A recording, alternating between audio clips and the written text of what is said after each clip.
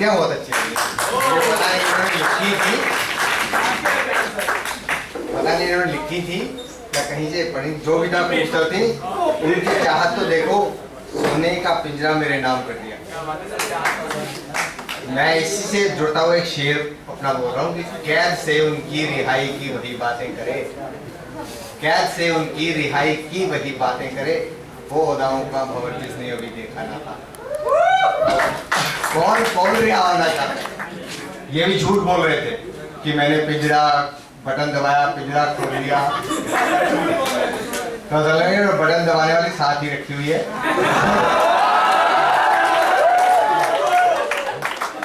मुझे बड़ा कंफ्यूजन है क्योंकि उदिता जी हमेशा आग्रह करती हैं कि आप अपनी हिंदी कविताओं में से कुछ चुनिए।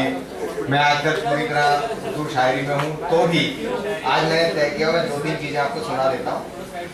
पर एक बहुत पुरानी कविता से, वो शायद किसी ने नहीं सुनी, उदिता जी ने सुनी होगी। कविता भी क्या है, शुरू होते ही खत्म हो जाती है और अक्सर लोगों को पता नहीं चलता खत्म हो गई। तो ये भी आपका इम्तिहान भी है कि आपको पता चल गया कि नहीं। बड़ी पुरानी कविता लिखी थी बचपन में, बचपन माने तुम जैसा उससे पहले कि हमारे देश में सड़कों चौराहों के नाम उन पर रखे जाते हैं जो आज हमारे बीच में नहीं रहे।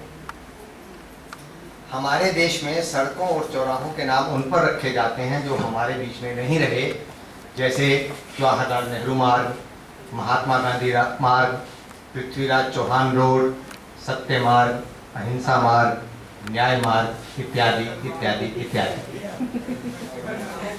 मैंने कहा पता नहीं चलेगा कहाँ खत्म होती है, जो हमारे बीच में नहीं रहे। चलिए अब ऐसी कविता बोलता हूँ जो सबको ठीक से समझ में आ जाए।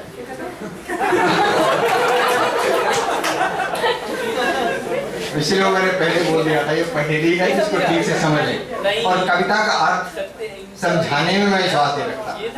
तो कविता नहीं पहुंची तो लिखने वाले की कमी है।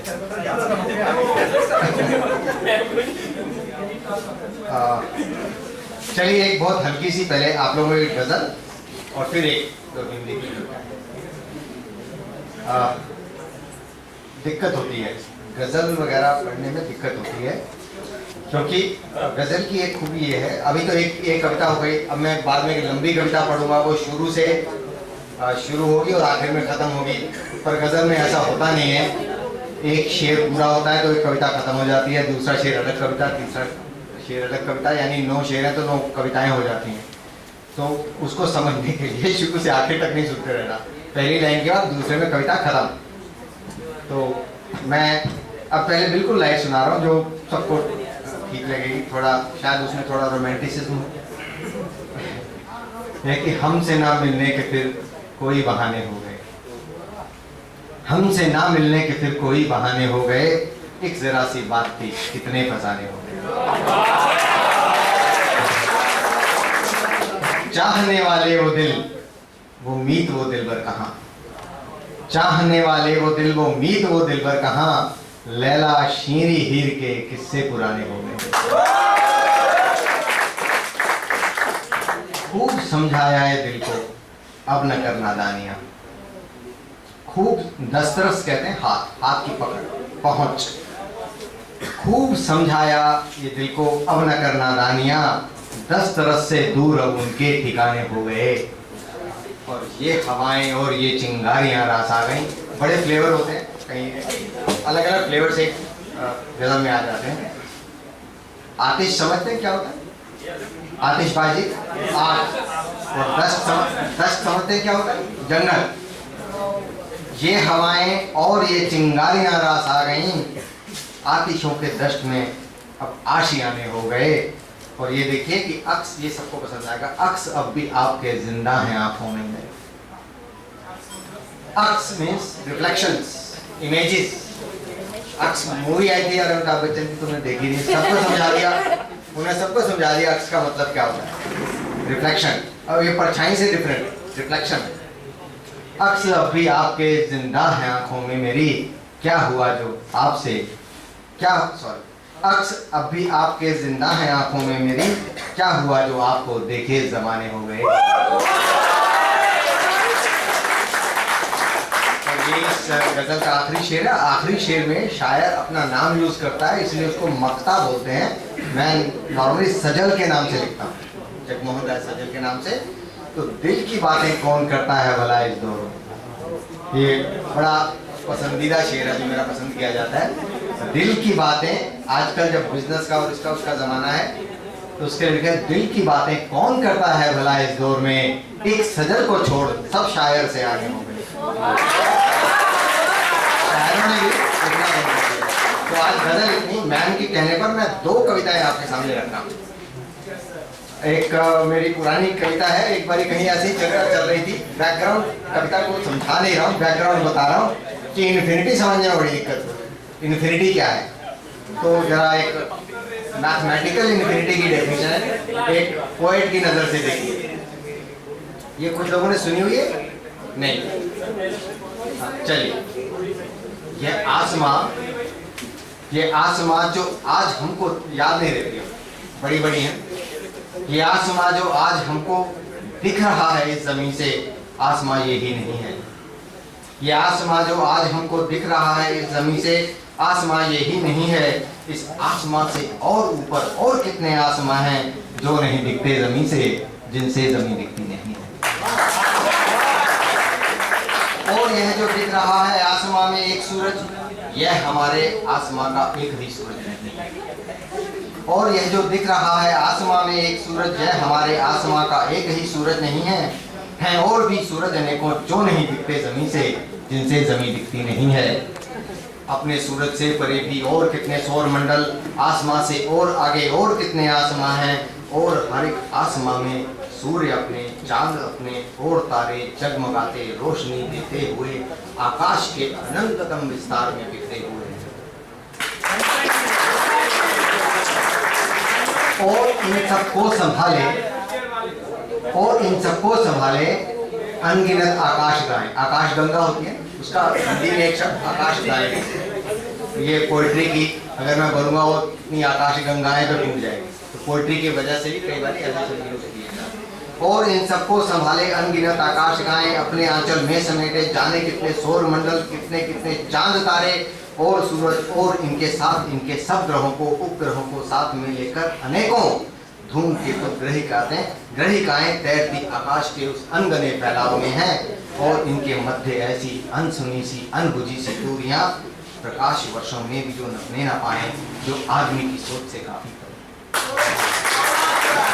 और इनके मध्य ऐसी अनसुनी सी अनबुझी सी दूरियां प्रकाश वर्षों में भी जो नपने न पाए, आदमी की सोच से काफी परे हैं। बादलों के झुरमुटों के और ऊपर और बादल, बस आखिरी पंक्तियां ध्यान दीजिएगा।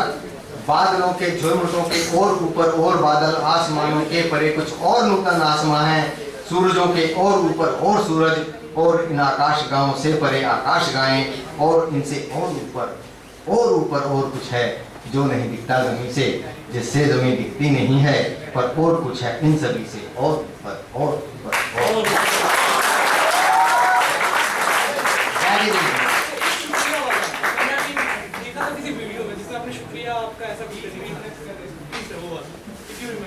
शुक्रिया आपका।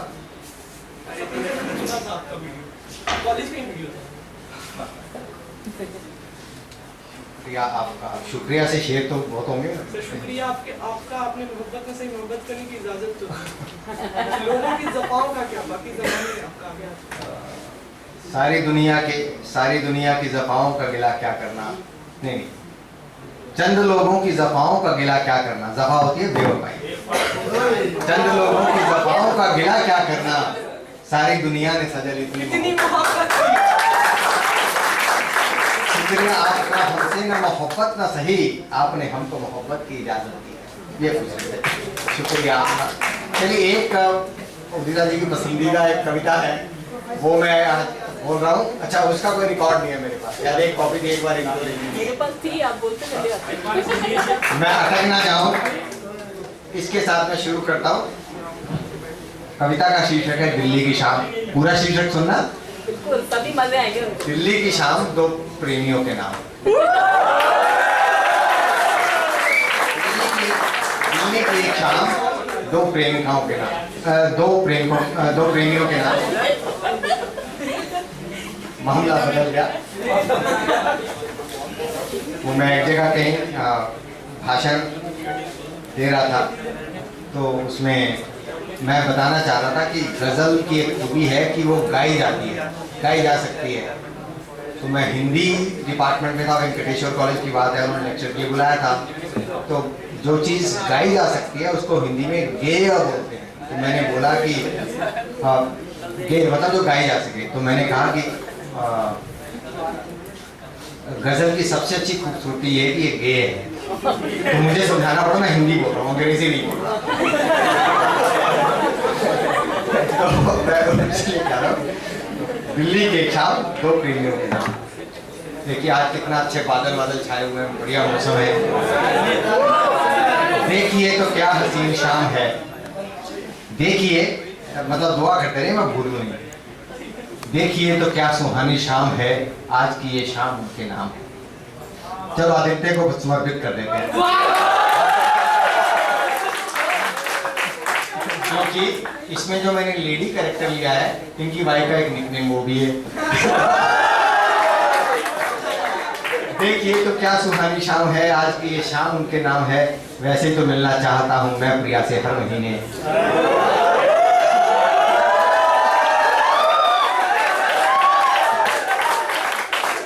मिलना चाहता हूँ मैं प्रिया से हर महीने, पर क्या करूँ मैं, बांध रखा है मुझे से इस नौकरी ने। 10 बजे से 6 बजे तक वो बिजी है, और 2 बजे से 10 बजे तक मैं। आपको 9 बजे से पहले घर जाकर ही रखें। इसको कहते हैं, वो था ना लव के साइड इफेक्ट, ये है इवनिंग कॉलेज के साइड इफेक्ट।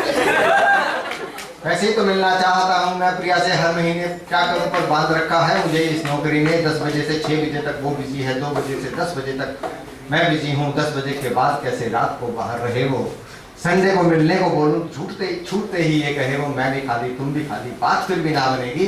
संडे के दिन तो मेरे पापा की भी छुट्टी रहे।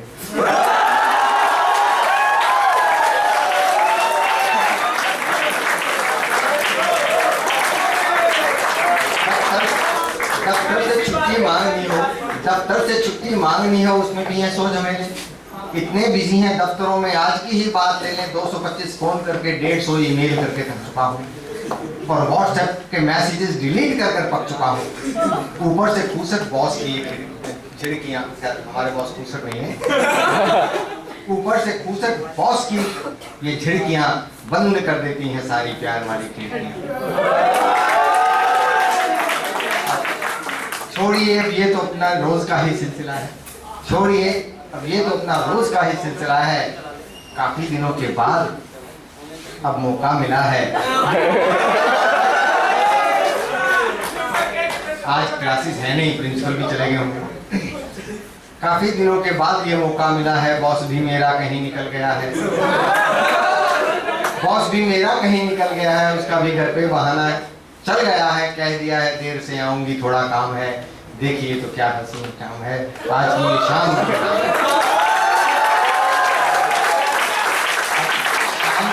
शाम का नज़ारा देखिए, शाम थोड़ा रोमांटिसिज्म है इसमें।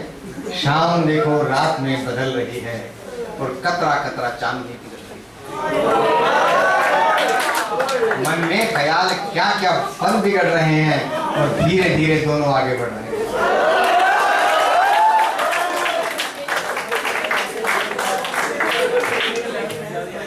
शाम देखो रात में बदल रही है, और कतरा कतरा चांदनी पिघल रही है। क्या था? क्या ख्याल मन में बिगड़ रहे हैं। क्या ख्याल मन में बन बिगड़ रहे हैं, और इंच इंच दोनों आगे बढ़ रहे हैं। चौराहे के इस तरफ में, वो वहां पर उस तरफ है, बीच में 2.5 किलोमीटर का लंबा जाम है।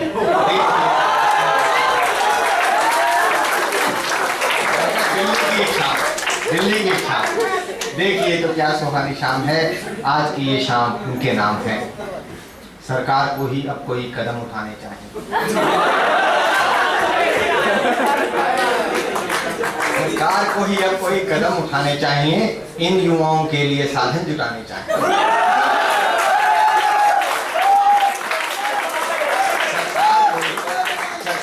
अब कोई कदम उठाने चाहिए, इन युवाओं के लिए साधन जुटाने चाहिए, इस शहर में और थोड़े पुल बनाने चाहिए।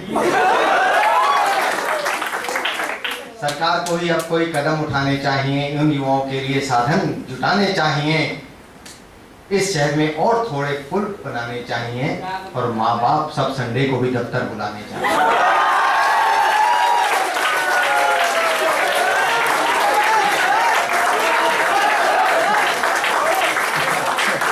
इस शहर में और थोड़े पुल बनाने चाहिए, माँ बाप सब संडे को भी दफ्तर बुलाने चाहिए। सरकारी दफ्तरों में भी घर सा ही तो आराम है। देखिए तो क्या सुहानी शाम है आज की ये शाम के नाम।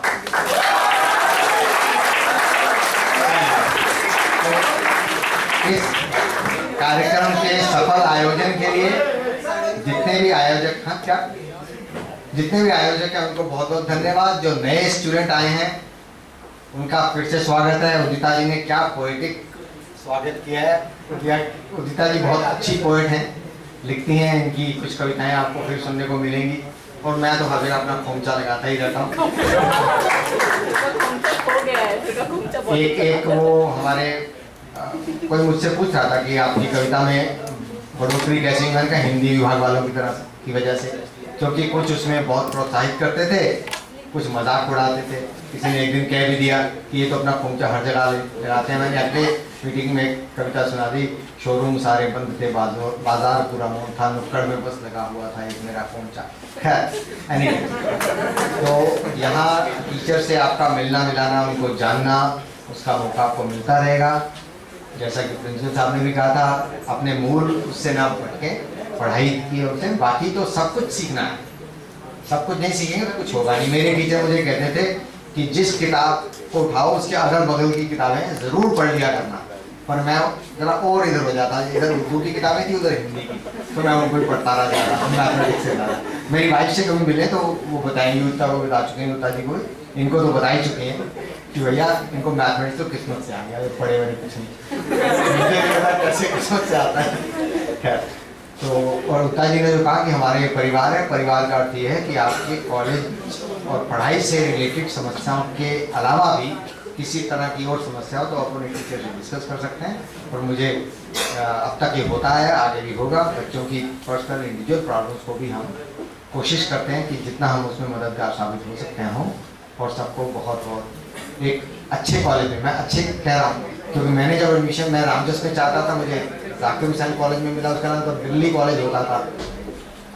और पता नहीं, मैंने कहा पता नहीं कहाँ आ गए, लेकिन that proved to be one of the best college I have ever seen. उसमें जो मेरा डेवलपमेंट हुआ सब तरह का, वो बड़ा जरूरी था। तो आप एक अच्छे कॉलेज में आए हैं, और मैं सबके लिए जो थर्ड ईयर के बच्चे हैं, सेकेंड ईयर के लिए भी और नए स्टूडेंट्स के लिए भी उनके उज्ज्वल भविष्य की शुभकामनाएं करता हूँ। और मैं चाहता हूँ कि सिर्फ अच्छी डिग्री और अच्छे नंबर के साथ साथ कोई अपना एक और टैलेंट डेवलप करके आप यहाँ से जाएँ तो हम सक्सेसफुल होंगे। Thank you very much.